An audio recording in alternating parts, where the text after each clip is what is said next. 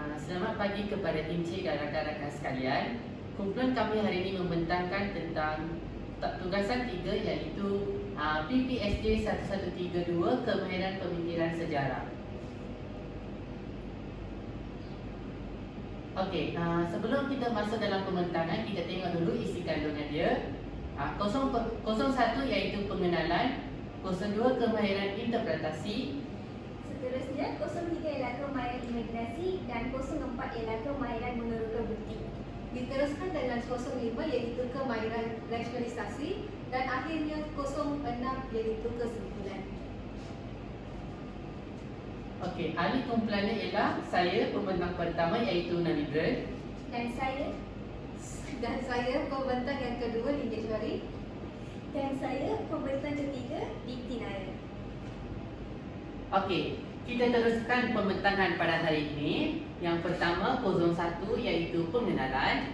Okey, menurut Mazuna et al. 1998 menjelaskan pemikiran sejarah melibatkan satu set operasi mental yang dikenali sebagai proses. Selain itu, proses ini merangkumi pembentukan konsep, pembentukan prinsip kefahaman, penyelesaian masalah, membuat keputusan, penyiasatan dan penggabungan yang melibatkan beberapa kemahiran berfikir. Okey, seterusnya, kemahiran pemikiran sejarah KPS ialah proses kognitif yang membolehkan murid meneroka idea yang kompleks dan abstrak dengan bimbingan guru.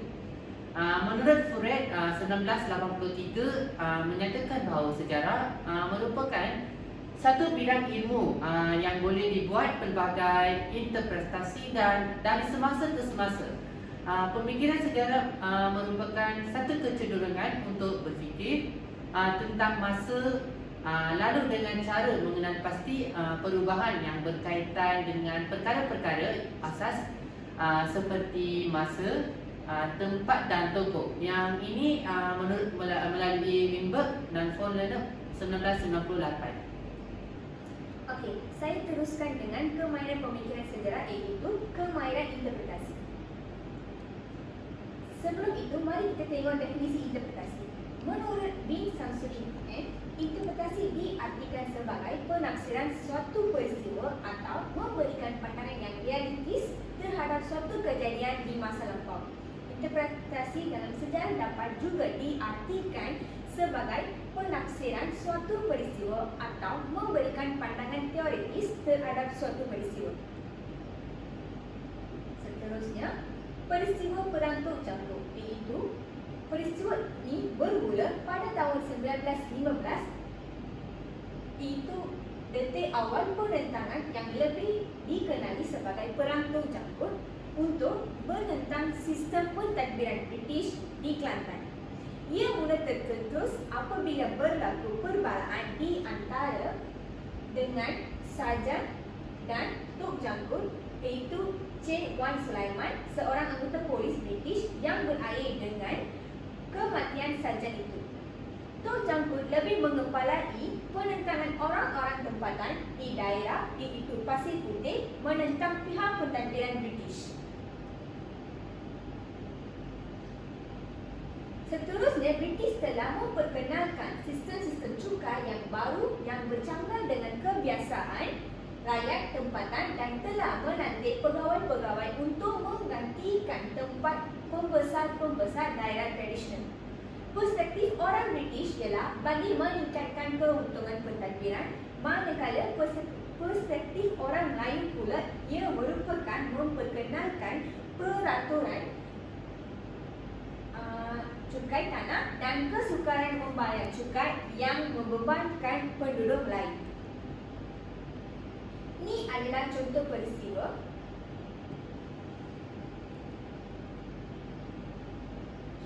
Iaitu masalah pembayaran cukai dan pada tahun 1915 Tok Jangkut menentang pihak British. Seterusnya, kemarahan Encik Latif iaitu sarjan dan kemurkaan Sultan. Seterusnya, mati jihad Tok Jangkut iaitu pertempuran sengit dengan tentera Sir British dan terteka dengan tempakan dan akhirnya Tok Jangkut meninggal dunia. Mari kita tengok secara ringkasnya tentang kemahiran interpretasi dengan peristiwa penentangan Teluk Jampur, iaitu penentangan terhadap British di negara Kelantan dengan perjuangan Teluk Jampur pada tahun 1915 merupakan satu kebangkitan segolongan orang kampung di Pasir Putih yang tidak berpuas hati terhadap cukai yang dikenakan. Penentangan ini bukan untuk menentang Sultan Kelantan seperti yang diceritakan oleh sarjana barat, tetapi bermatlamat untuk menghalau British dari Kelantan. Walaupun memperoleh kegagalan, tetapi ia membuktikan bahawa penduduk daerah Pasir Putih tidak mudah menentang kedatangan dan penglibatan penjajah British.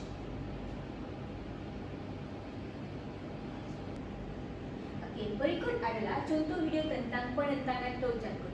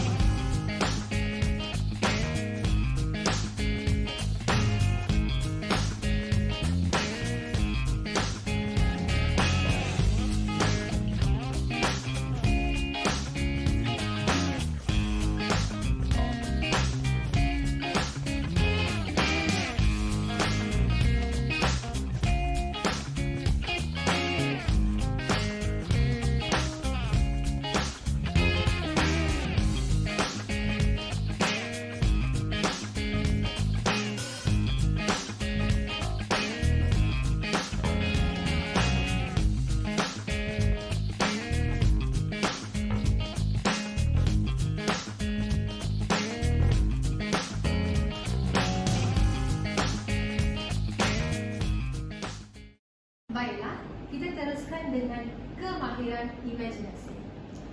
So, apakah maksud imajinasi?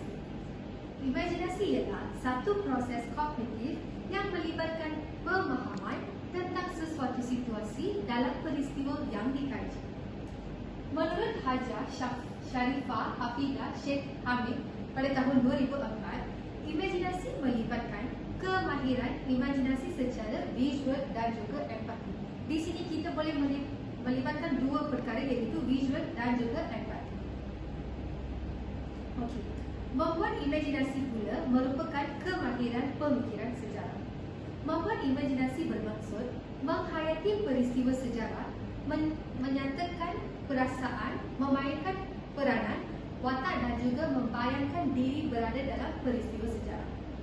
Melibatkan diri dalam sesuatu peristiwa sejarah, membuat imajinasi secara visual dan juga membuat imajinasi secara empati. Merupakan Ini merupakan salah satu usaha melibatkan pelajar dengan sesuatu situasi dalam peristiwa sejarah yang dikaji. Baiklah, apa itu imajinasi secara visual? Imajinasi secara visual ini melibatkan kreatif seseorang pelajar, iaitu membuat sesuatu peristiwa dalam bentuk peta, peta aiting, peta minda ataupun menggunakan bahan bantu sebagai bahan yang boleh sentuh. Ini dapat menarik pelajar memahami mata pelajaran sejarah. Okey, teruskan dengan imajinasi secara empati.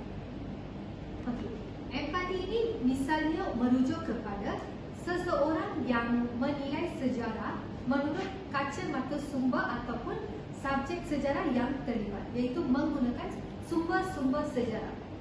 Baiklah, seterusnya kita boleh melihat tentang imajinasi itu ialah di Malaysia, empati sejarah juga telah disenaraikan sebagai salah satu daripada elemen yang sangat penting dalam penstrukturan disiplin sejarah, dan ianya adalah setara dengan elemen inquiry dalam sejarah, pengumpulan sumber, kemahiran pemikiran sejarah, penjelasan sejarah serta pemahaman sejarah. Yang ini merupakan empati sejarah.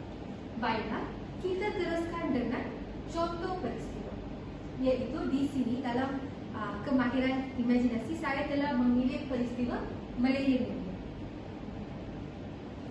Dari segi visual dengan peristiwa Malayan Union pula,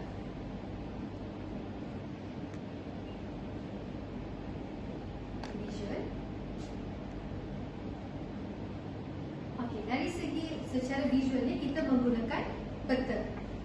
So, yang ini merupakan kronologi Malayan Union. Yang pertama, unit perancangan Tanah Melayu dibentuk di London pada Februari 1943. Diteruskan dengan rancangan Malayan Union dibentangkan di Parlimen British. Yang ketiga pula, Persatuan Pelajar Melayu British menghantar memorandum bertarikh 25 April pada tahun 1945. Yang keempat pula, mereka meminta hak kewarganegaraan di Tanah Melayu tidak mengikuti prinsip jus soli. Prinsip jus soli yang ini sangat penting. Okey, teruskan dengan Tan Chet Lock dan Persatuan Cina Seberang Laut menghantar memorandum kepada British berkaitan dengan masa hadapan Tanah Melayu. Seterusnya, mereka telah menghantar kertas putih iaitu 6278. Kertas ini membentangkan 13 perkara kandungan Malayan Union yang diluluskan oleh Parlimen di London. Teruskan dengan rancangan Malayan Union ini disiarkan dalam Warta Kerajaan, dan juga Malayan Union dilaksanakan pada 1 April 1946. Okey, kita teruskan dengan ciri-ciri Malayan Union. Terdapat 4 ciri Malayan Union. Yang pertama ialah Ketua Malayan Union ialah seorang Governor British. Yang kedua pula, semua negeri digabungkan kecuali Singapura. Yang ketiga pula, mereka mengamalkan prinsip jus soli. Prinsip jus soli ini merupakan satu prinsip yang melibatkan kewarganegaraan Tanah Melayu. Yang keempat pula, Raja-Raja Melayu kurang kuasa, iaitu Raja-Raja Melayu telah dikurangkan kuasa. Baiklah, kita teruskan dengan reaksi penduduk tempatan. Yang ini merupakan reaksi penduduk tempatan. Saya telah meletak yang ini dalam peta minda dari segi visual. So, terdapat 3 penentangan, iaitu penentangan Raja-Raja Melayu. Yang kedua, bantahan melalui Akbar. Yang ketiga pula, bantahan Persatuan Melayu. Sekarang, saya berada dekat Museum Negara. Di sini, saya akan memberikan penerangan yang lebih lanjut tentang peristiwa sejarah di Malaysia. Ciri-ciri Malayan Union. Ciri yang pertama ialah memperkenalkan seorang Governor. Raja England telah memperkenalkan seorang Governor British, iaitu Edward Head. Ciri yang kedua ialah kuasa Raja-Raja Melayu telah diturunkan.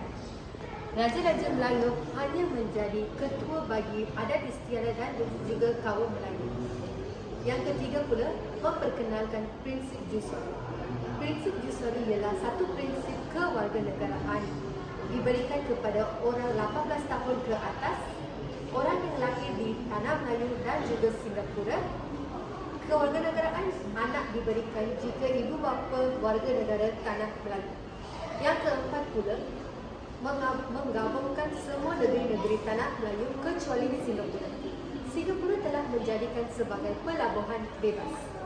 Disebabkan ciri-ciri Malayan Union, orang tempatan telah melakukan bantahan terhadap Malayan Union.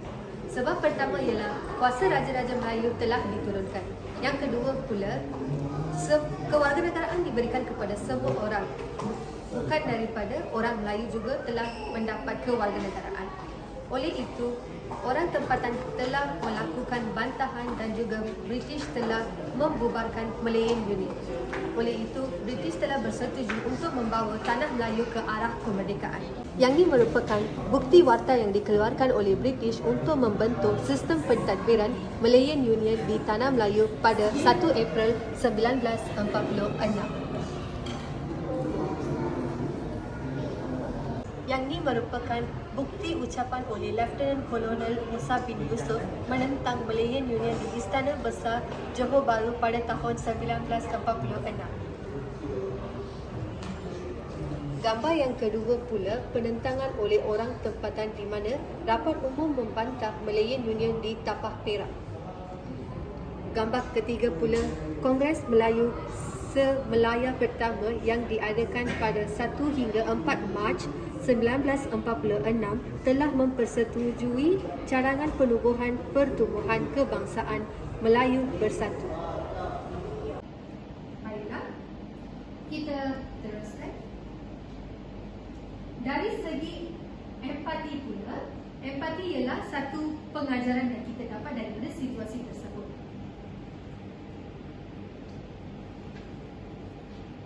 Okey, terdapat 4 aspek empati sejarah. Yang pertama ialah menghargai perjuangan tokoh terdahulu. Yang kedua pula, menghubung kaitkan masa dahulu dan masa kini. Yang ketiga pula, menghayati peristiwa sejarah. Yang keempat pula, berbangga dan bersyukur sebagai warga negara Malaysia. Di sini yang pertama ialah menghargai perjuangan tokoh terdahulu, iaitu tokoh yang terlibat dalam peristiwa tertentu. Sebagai contoh, saya telah memilih peristiwa Malayan Union. So, tokoh yang siapakah terlibat dalam peristiwa tersebut. Yang kedua pula, menghubung kaitkan masa dahulu dan masa kini. Yang ini kita buat banding beza dengan masa dahulu dan juga masa kini. Sebagai contohnya dari segi peristiwa Malayan Union, pada masa dahulu mereka telah menurunkan kuasa Raja-Raja Melayu. Manakala kini yang di-Pertuan Agong diberikan kuasa sebagai Ketua Agama Islam dan juga Ketua Negara, juga Ketua Tentera Malaysia. Bukan itu sahaja, mereka juga telah membantah prinsip Jusoli pada masa kini, manakala mereka telah menggunakan prinsip Jusoli tersebut pada masa Malayan Union dilaksanakan. Yang ketiga pula, menghayati peristiwa sejarah. Sebagai contoh, menghayati peristiwa Malayan Union. Disebabkan itu, kini kita dapat hidup dengan lebih bahagia dan berinteraksi antara satu sama lain dengan pelbagai kaum. Yang terakhir ialah berbangga dan bersyukur sebagai warga negara Malaysia. Disebabkan Malayan Union tersebut, kita dapat membuat bantahan secara bersama-sama. Oleh itu, kita dapat membantah peristiwa tersebut dan juga kita dapat membantah apa yang rakyat tanah Melayu tidak suka. Okey. Kita teruskan dengan empati. Apa yang empati ataupun pengajaran yang dapat daripada peristiwa Malayan Union. Okey. So, maka kita mestilah menghargai tokoh yang menentang Malayan Union demi keselamatan negara. Yang kedua pula, kita perlu meletakkan diri kita pada tempat penduduk tanah Melayu ketika keputusan diambil. Yang ketiga pula, kita harus mendapatkan penjelasan oleh orang yang lebih berpengalaman. Yang keempat pula, kita patut tidak mengamalkan perkara yang tidak disokong oleh majoriti. Yang kelima pula, kita wajar menerima pandangan orang tempatan. Yang ini merupakan penjelasan kepada kemahiran imajinasi. Okey, baiklah. Yang ini merupakan satu video penjelasan tentang Millennium Union dari segi isu. Kononnya pada tahun 1946 dikatakan golongan diraja ataupun golongan monarki ini menjual negara kita kepada British. Betul ke tak golongan diraja ini dia jual negara kita? 1946 itu selepas Jepun menyerah kalah. Dan ketika Jepun menyerah kalah, ramai golongan-golongan raja yang telah diseksa oleh Jepun. Dan ada beberapa orang yang baru sahaja dilantik menjadi raja gara-gara raja sebelum ini telah mati dibunuh oleh Jepun. Dan 1946 itu juga British kembali ke tanah Melayu. Kembali ke tanah Melayu dengan inspirasi cuba untuk mengembalikan keamanan lah kononnya ketika itu kan. So kita lihat apa yang berlaku pada tahun 1946 ni, apa yang menyebabkan raja-raja Melayu terikat ketika tahun itu. Pertama, Malayan Union ini merupakan salah satu strategi British. British tidak sama dengan Belanda. Kalau macam Belanda dia menggunakan kekerasan, dia menggunakan peperangan, sesi agresi Belanda tu dekat Indonesia. Tapi dekat Malaysia tak. Konsep British dia menggunakan perang psikologi macam tu. Kes yang sama dengan Malayan Union ini. Malayan Union diketuai oleh McMichael, Sir Harold McMichael. So kalau tengok ya, permainan psikologi British ni, ketika McMichael itu datang, dia datang macam seolah-olah orang besar tau. Dia datang dengan kapal-kapal yang besar, lepas tu dengan semua ada pengiring-pengiring dia. Dia memberikan satu impression tau. Oh, ini orang hebat ni. Raja-raja Melayu ketika itu ramai yang baru-baru. Raja-raja Melayu ketika itu kita ada Raja Perlis, kita ada Raja Kedah, kita ada Kelantan, Terengganu, Pahang, Johor, Selangor. Khususnya kawasan sinilah. Perak? Oh ya, lupa Perak. Kenapa aku boleh lupa Perak? Strategi yang digunakan oleh British untuk mendapatkan tanda tangan Raja-Raja Melayu itu, kita ada dua orang watak. Yang pertama ini kita ada McMichael, yang kedua kita ada Newbold. So macam yang memainkan peranan penting dekat sini McMichael. McMichael dia bawa watak yang baik, macam orang yang berdiplomasi, itu McMichael. So yang Newbold ni pula tak, dia adalah bekas brigade ketenteraan. Jadi dia bawa watak yang keras sedikit dan dia tidak banyak cakap. Dia buat muka garang macam tu. Cuba bayangkan macam mana muka garang. So, macam itulah. Bila berjumpa dengan Raja-Raja Melayu, adalah ramai daripada banyak-banyak negara Melayu ketika itu, ramai yang menolak sebenarnya. Kita cuma ada dua sahaja yang bersetuju tanpa banyak tanya. Setuju untuk tanda tangan Malayan Union.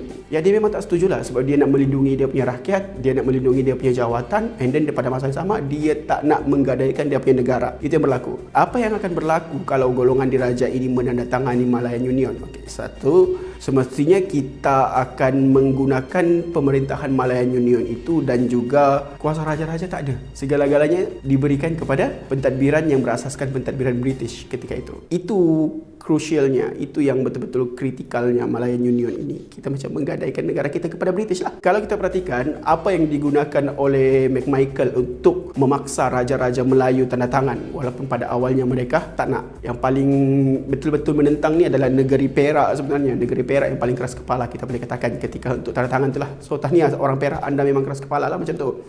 Raja anda ketika itu. Orang Perak semua baik-baik.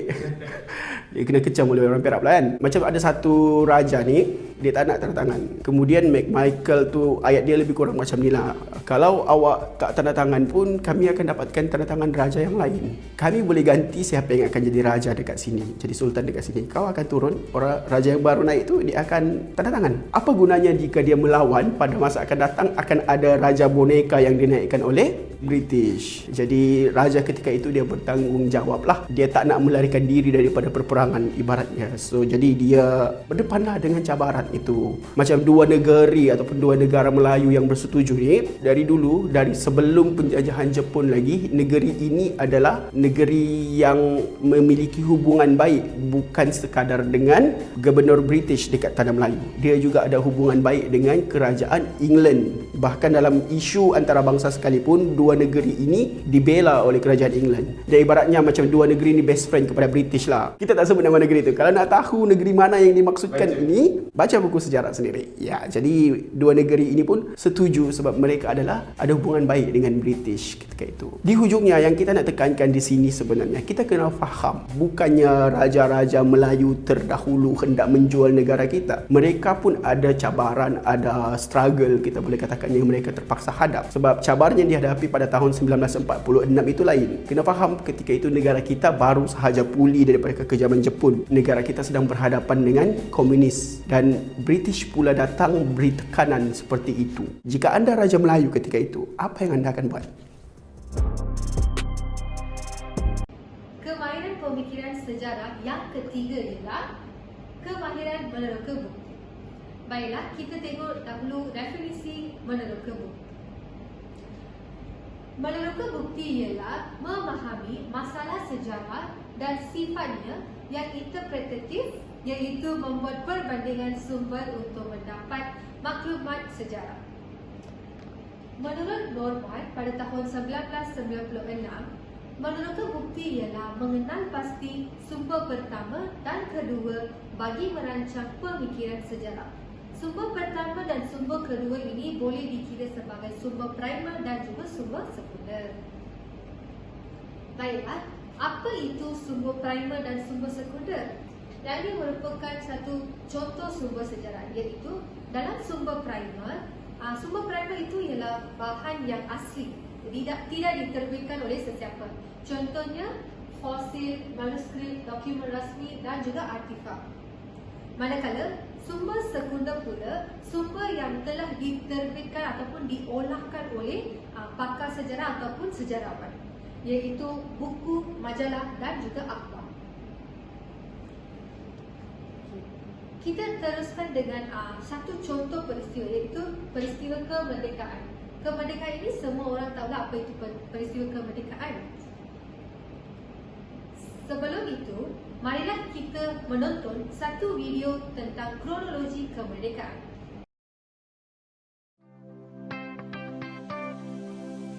31 bulan 8 57 31 bulan 8 57 Perjuangkan, pertahankan tanah airku.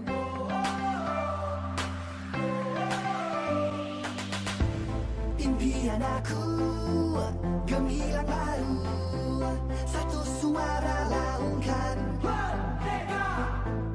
Bangkit semua demi negara selamanya.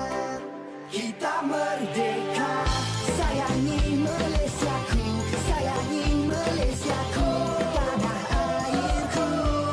Ini kita punya. Sayangi Malaysiaku, sayangi Malaysia, satu suara laungkan. Merdeka, jangan lemah, bangunlah, buat baru semula. Percayalah hari ini kita punya. Kita punya. Impian aku gemilang baru, satu suara laungkan. Merdeka, bangkit semua demi negara selamanya. Kita merdeka, sayangi Malaysiaku, sayangi Malaysiaku, tanah airku. Ini kita punya. Sayangi Malaysiaku, sayangi Malaysia, satu suara laungkan. Merdeka.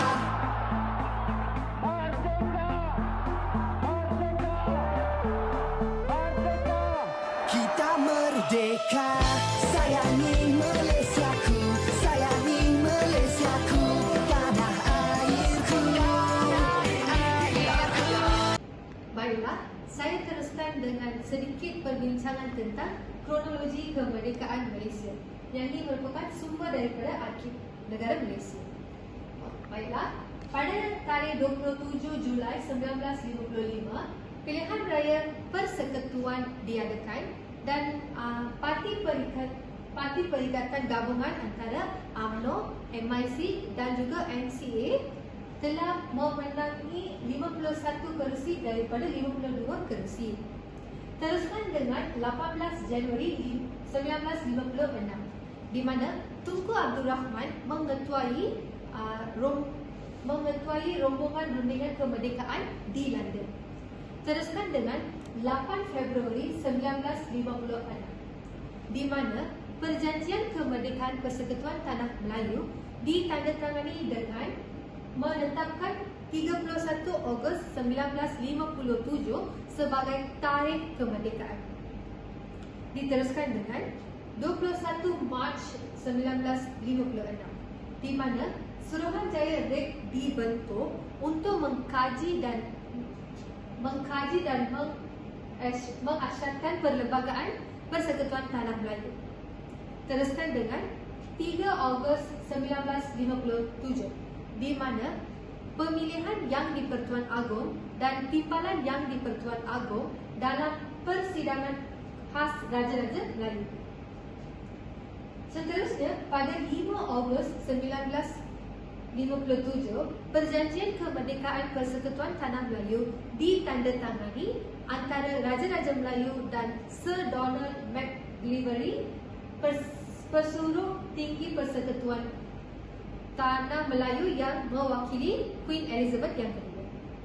Teruskan dengan 15 Ogos 1957 di mana rang Undang-Undang Perlembagaan Persekutuan Tanah Melayu pada tahun 1957 telah diluluskan dengan sebulat suara oleh Majlis Mesyuarat Undangan Federal. Diteruskan dengan 28 Ogos 1957 iaitu pengumuman anggota Jemaah Menteri bagi Kabinet Perikatan Pertama Persekutuan Tanah Melayu Merdeka. Pada tarikh 30 Ogos 1957 pula, upacara menurunkan bendera Union Jack di Padang Bandar Hilir, Melaka, iaitu bendera Inggeris. Tarikh 31 Ogos 1957, tarikh yang kita orang semua diketahui di mana pengisytiharan kemerdekaan oleh Perdana Menteri Tunku Abdul Rahman di Stadium Merdeka. Pengisytiharan kemerdekaan yang ini merupakan bukti perjanjian Persekutuan Tanah Melayu yang ditandatangani pada 5 Ogos 1957 di antara Kerajaan British yang diwakili oleh Sir Donald McGillivray bagi pihak baginda Queen Elizabeth II dengan Raja-Raja Melayu, Undang dan Orang Besar Negeri Sembilan. Gambar yang ini pula Raja-Raja Melayu bersama Sir Donald McGillivray, Persatuan Tinggi Persekutuan Tanah Melayu pada ucapan menandatangani Perjanjian Persekutuan Tanah Melayu pada 5 Ogos 1957. Gambar yang ni pula Tunku Abdul Rahman bersama Yang di-Pertuan Agong yang pertama Tunku Abdul Rahman dan Pesuruh Jaya Tinggi British yang terakhir Sir Donald McGillivray bergambar selepas menandatangani Perjanjian Kemerdekaan pada 5 Ogos 1957 di King's House, Kuala Lumpur. Gambar seterusnya pula keberangkatan bersejarah Yang di-Pertuan Agong dan Wakil Kedutaan Asing ke Majlis Pengisytiharan Kemerdekaan Tanah Melayu di Stadium Merdeka, Kuala Lumpur. Gambar yang ini pula menunjukkan Dato' Abdul Razak menyambut kedatangan wakil-wakil dari negara asing sambil diperhatikan oleh wakil pihak British dan rakyat jelata yang membanjiri Stadium Merdeka sejak awal pagi lagi. Gambar seterusnya pula Yang di-Pertuan Agong menyambut ketibaan Yang Mulia Duke of Gloucester, wakil peribadi baginda Queen Elizabeth, merupakan acara kemuncak di mana beliau membawa bersamanya surat cara perlembagaan yang mengesahkan persetujuan Britain menaik balik kuasa melindung semua negeri Melayu dan kedaulatan Britain ke atas negeri-negeri Selat. Pulau Pinang dan Melaka. Seterusnya, keberangkatan balik Yang Mulia Duke of Gloucester, wakil peribadi Baginda Queen Elizabeth, menandakan berakhirnya perjanjian British dan bermulanya era kemerdekaan, iaitu sebuah negara yang bebas dan berdaulat. Wakil Ratu Inggeris menyerahkan buku perlembagaan Persekutuan Tanah Melayu kepada Tunku Abdul Rahman. Yang ini pula, seluruh lapisan rakyat dan bangsa asing hadir untuk menyaksikan saat yang bersejarah bagi kemerdekaan sebuah negara baru yang berdaulat. Yang ini merupakan gambar Raja-Raja Melayu dengan Sir Donald McGillivray, Persuruhan Tinggi British di Persekutuan Tanah Melayu pada 5 Ogos 1957. Baiklah, kita teruskan dengan sumber-sumber yang kita terdapat dalam peristiwa kemerdekaan, iaitu sumber primer dan juga sumber sekunder. Dalam sumber primer, kita telah mendapat satu permasyuran kemerdekaan yang ini merupakan dokumen rasmi yang sebenar daripada Muzium Negara. Kita terdapat permasyuran kemerdekaan. Yang kedua pula artifak, iaitu bendera kebangsaan. Yang ini juga sumber daripada Muzium Negara, di mana bendera yang ini merupakan bendera yang pertama dinaikkan di Stadium Merdeka. Okey, yang ini kita teruskan dengan sumber sekunder dalam peristiwa kemerdekaan. Okey, di sini kita telah mendapat satu keratan akhbar tentang kemerdekaan.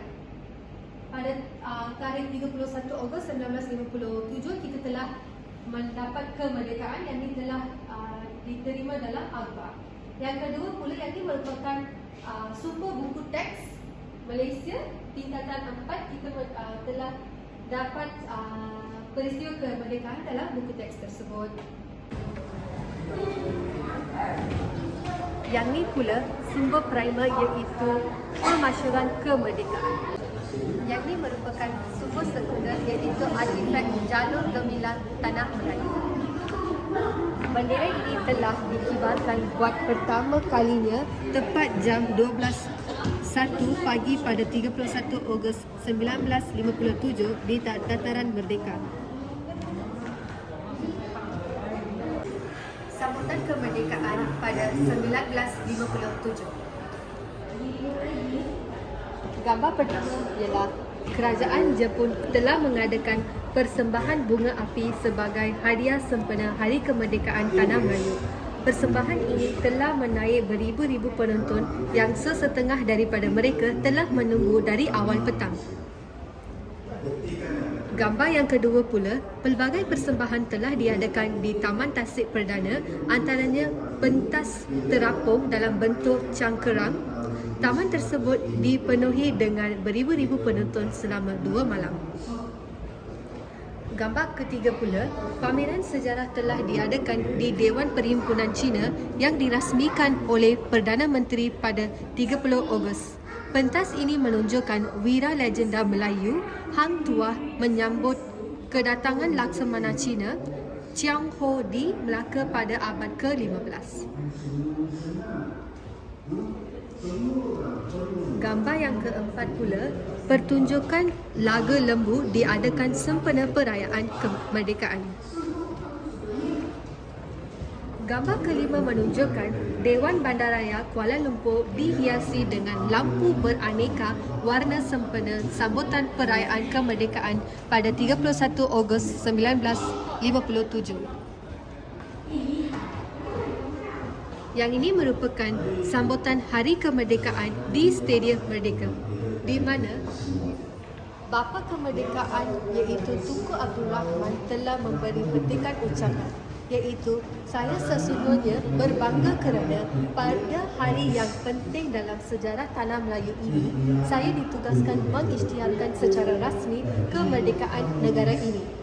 Sememangnya kemerdekaan iaitu boleh diiktibarkan sebagai batu tanda di jalan, tetapi janganlah fikir bahawa kita sudah sampai ke penghujung jalan. Sebenarnya Kita kini berada di ambang kejayaan dan seharusnya berusaha gigih bagi membina sebuah negara baru dan berdaulat. Teruskan dengan acara menaik bendera Persekutuan Tanah Melayu sejurus selepas pengisytiharan kemerdekaan dilafazkan oleh Tunku Abdul Rahman di Stadium Merdeka. Baiklah, yang ini merupakan persembahan yang dilaksanakan. Yang pertama, penari Melayu dari Kelantan mengadakan persembahan tarian asyik. Yang kedua pula, persembahan daripada kaum India. Yang ketiga pula, persembahan daripada orang kaum Cina. Di sini juga telah mengadakan penyanyian Portugis dari Melaka.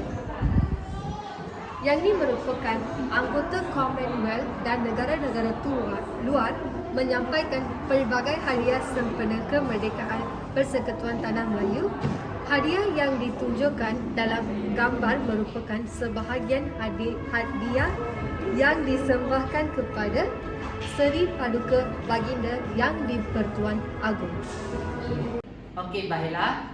Kemahiran yang terakhir dalam kemahiran pemikiran sejarah ialah kemahiran rasionalisasi.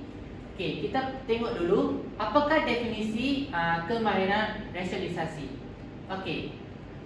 Ia melibatkan penggunaan akal dalam membuat pertimbangan yang wajar dalam menyelesaikan sesuatu permasalahan. Yang kedua, para pelajar perlu mempunyai kemahiran mengumpul data, membuat hipotesis, menentukan signifikan bukti dan membuat inference daripada data yang dikumpul. Ini yang definisi kemahiran rasionalisasi. Okey, kita tengok dulu contoh peristiwa mengenai kemahiran rasionalisasi. Okey, saya ambil peristiwa yang terkenal oleh seluruh rakyat Malaysia, iaitu peristiwa 13 Mei 1969. Peristiwa ini semua rakyat Malaysia perlu ketahui apa yang berlaku yang pada hari tersebut, iaitu 13 Mei 1969. Okey, kita tengok dulu punca-punca ataupun kesan pencetusnya yang membawa kepada peristiwa 13 Mei 1969. Ini adalah antara punca-punca yang berkait rapat dengan peristiwa 13 Mei 1969. Okay, yang pertama, dasar pecah dan perintah penjajah Inggeris. Yang kedua, layanan barat sebelah oleh tentera Jepun. Yang ketiga, bahasa Melayu sebagai bahasa rasmi negara. Okey, yang ini semua orang tahu sebab pada waktu hari kejadian, isu akan dibangkitkan oleh segelintir masyarakat tentang bahasa Melayu. Okay, yang keempat, pertelingkihan parti politik.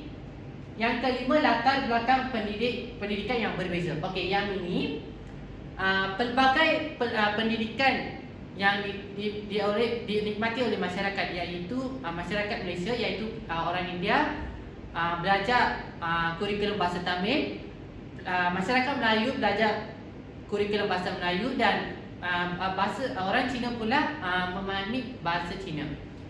Okay, yang keenam, perbezaan agama dan budaya. Yang ini semua orang tahulah sebab di Malaysia merangkumi pelbagai kaum, iaitu agama Islam, agama Hindu dan agama Buddha. Okay. Yang ketujuh iaitu masalah ekonomi. Yang terakhir ialah persatuan-persatuan etnik.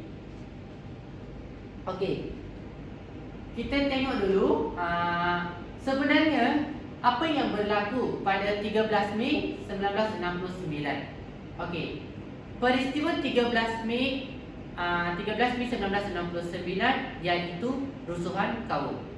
Okey, rusuhan kaum yang berlaku pada tarikh tersebut merupakan kemuncak kepada masalah perpaduan di Malaysia. Yang ini semua orang tahulah.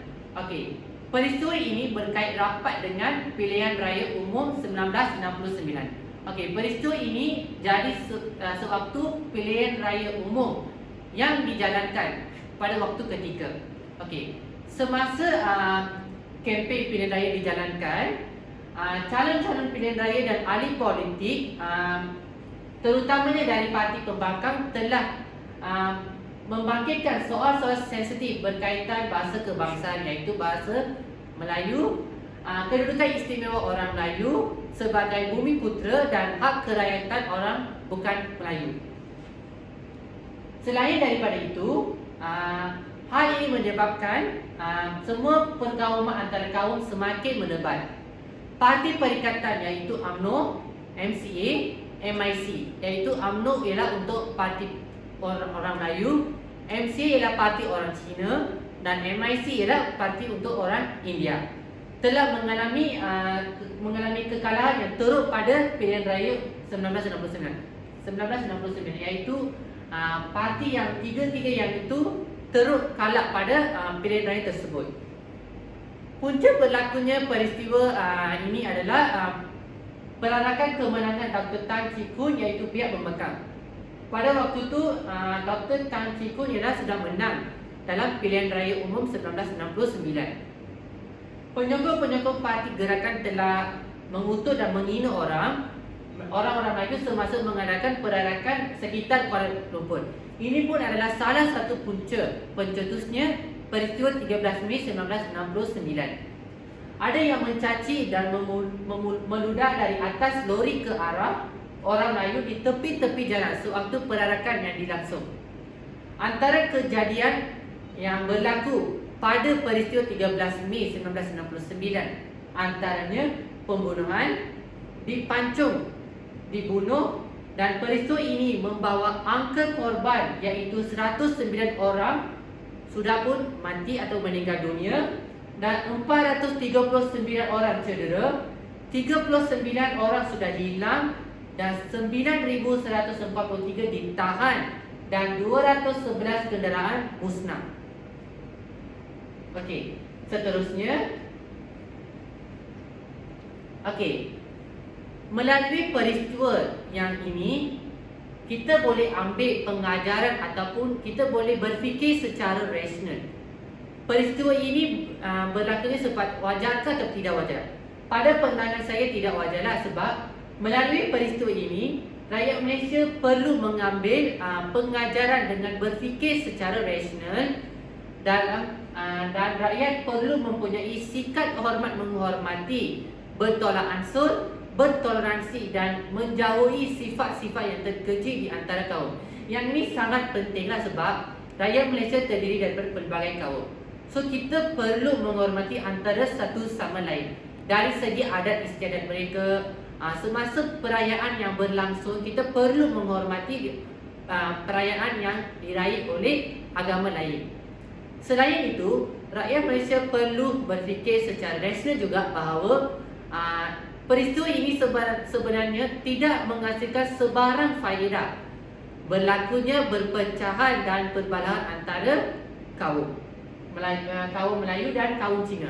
Peristiwa ini puncanya daripada kedua kaum iaitu kaum Melayu dan kaum Cina lah, yang mengakibatkan kerosakan harta benda yang besar, malah yang paling malang ialah nyawa yang terkorban. Sebab peristiwa ini yang membawa angka korban banyak, sebab peristiwa ini yang menjadikan itu rusuhan kaum lah. Okey, yang ini adalah contoh-contoh gambar yang saya dipetik daripada internet, iaitu waktu menjadi peristiwa 13 Mei 1969. Okey, berikut adalah contoh video tentang peristiwa 13 Mei 1969.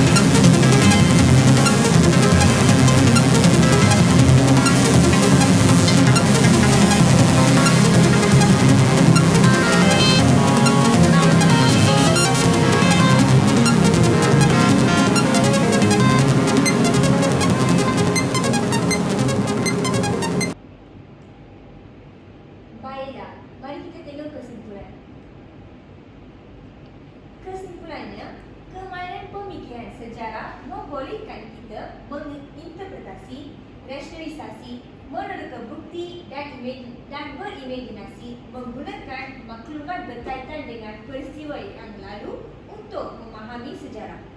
Penerapan elemen kemahiran pemikiran sejarah adalah penting untuk menjalani proses pemikiran yang kritis melalui proses penilaian terhadap bahan bukti sejarah dan membuat hubung kait antara satu peristiwa sejarah yang berlaku pada masa lepas dengan satu peristiwa sejarah yang berlaku pada masa kini. Seterusnya, ialah rujukan. Ini adalah rujukan yang kumpulan kami menggunakan semasa membuat pembentakan kami.